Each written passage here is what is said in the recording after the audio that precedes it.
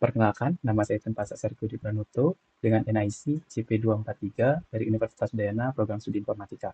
Nah, di sini saya akan menjelaskan terkait IRP khususnya, di mana Sustainable IRP Udu PS yang belum menggunakan SIRP dengan aplikasi IRP yang sudah ada. Oke, lanjut saja. Nah, dalam hal ini, kita di sini akan membahas tentang benchmarking. Nah, benchmarking ini merupakan sebuah proses membandingkan kinerja perusahaan dengan standar atau praktik terbaik dari industri lain untuk meningkatkan efisien dan kualitas yang ada. Nah, dalam hal ini kita akan membahas terkait apa itu penjelasan UDU, IRP, dan lain sebagainya yang ada di overview. Baik, lanjut ke dalam SDGs, benchmarking itu sendiri, evaluasi, dan juga kesimpulan. Nah, overview. SDGs itu merupakan singkatan dari Sustainable Development Goals, yaitu merupakan sebuah target global untuk mengakhiri kemiskinan dan melindungi bumi kita, dan juga memastikan perdamaian serta kesejahteraan bagi kita semua, baik sekarang maupun di masa depan, karena hal ini sangat penting dilakukan, dan juga untuk kepentingan banyak orang seperti itu. Lanjut, Udu. Nah, Udu merupakan salah satu software ERP open source yang menyediakan aplikasi bisnis untuk mengelola operasional perusahaan. Nah, Udu sendiri sudah mulai berkembang terkait penggunaan Udu dan juga di beberapa mitra-mitra yang besar seperti itu.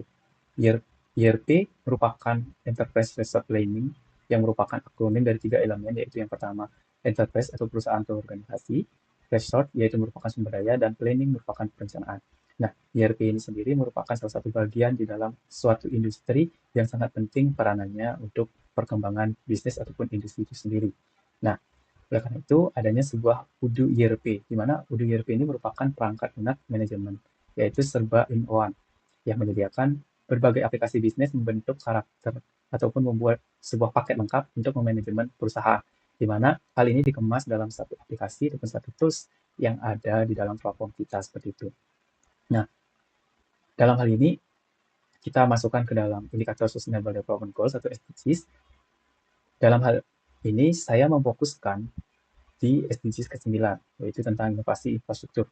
Nah, hal ini berperan penting dalam mendorong inovasi dan mendukung pembangunan ekonomi yang nantinya akan menciptakan sebuah lapangan pekerjaan dan meningkatkan kualitas hidup.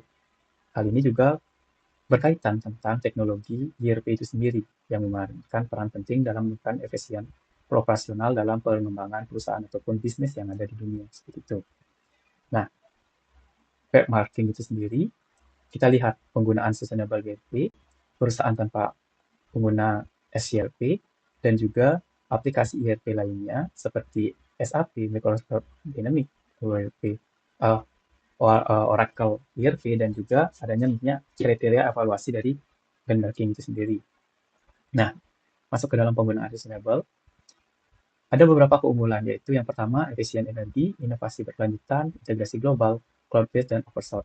Hal ini membuat sebuah perusahaan ataupun pengguna ERP itu sendiri dibantu dalam inovasi dan juga efisien energi yang ada seperti itu.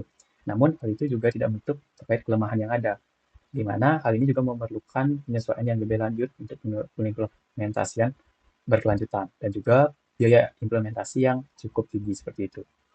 Nah, ada juga perusahaan yang tanpa menggunakan CRP.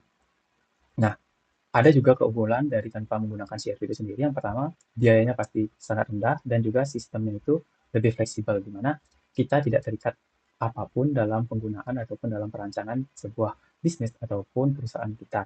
Namun, ada juga kelemahan, di mana kelemahan tersebut yaitu kurangnya efisiensi, kurangnya transparansi, dan pertumbuhan terbatas. Karena di dalam UDU sendiri ataupun CRP ini sudah memuat terkait berbagai efisiensi, berbagai uh, upgrade di dalam sebuah satu aplikasi untuk memajukan sebuah perusahaan seperti itu. Nah, ada juga aplikasi ERP yang menggunakannya seperti SAP, Microsoft Dynamics, Oracle ERP seperti itu. Nah, dalam hal ini juga memiliki keunggulan, di mana yang pertama pastinya fitur yang canggih dan teruji.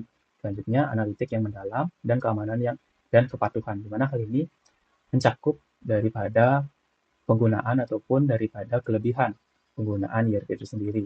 Bahkan di dalam ERP sendiri, security ataupun penggunaannya itu juga sudah terlisensi seperti itu. Namun, hal ini juga tidak menutup kemungkinan kelemahan yang ada seperti biaya tinggi, kompleksitas yang lumayan kompleks karena ERP sendiri sangat detail terkait pembagian-pembagian kelas ataupun penjelasan-penjelasan mengenai bisnis yang kita gunakan ataupun kita kembangkan seperti itu. Nah, adanya evaluasi. Seperti tadi saya jelaskan terkait kriteria evaluasi dari penggunaan ERP itu sendiri. Nah, efisiensi itu sendiri, apakah pengurangan waktu dan sumber daya yang digunakan dalam operasional sehari-hari, dan juga seberapa besar solusi ERP dalam mengurangi penggunaan energi fisik ataupun sumber daya. Selanjutnya mengukur pengurangan limbah, baik itu kertas ataupun limbah-limbah yang bersifat merusak lingkungan seperti itu. Nah, lanjut seberapa mudah ERP mendukung inovasi yang berfokus pada berkelanjutannya pengembangan teknologi itu sendiri, dan juga apakah ERP memiliki fitur atau modul yang mendukung pelaporan lingkungan dan keberlanjutan. Hal inilah yang akan mendukung nantinya uh, visi ataupun misi dari SDGs itu sendiri. Nah, dapat disimpulkan, ERP seperti itu sangat menawarkan solusi fleksibel dan berkelanjutan dalam meningkatkan efisien dan mendukung khususnya di SDGs yang ke-9 dengan keunggulan yang sangat banyak dibandingkan dengan sistem non-ERP. ERP juga sangat besar penggunaannya dan juga sangat dibutuhkan nantinya untuk di masa depan. Seperti contohnya, SAP lebih cocok untuk perusahaan yang besar dengan kebutuhan kompetensi dan biaya yang lebih tinggi karena hal ini memerlukan kompleksitas yang tinggi dan juga biaya penanganan yang cukup besar seperti itu. Baik, terima kasih atas teman-teman yang sudah menyimak dan juga sedikit referensi yang saya dapatkan dalam pembuatan ataupun dalam menganalisis terkait permasalahan yang ada. Sekian, terima kasih.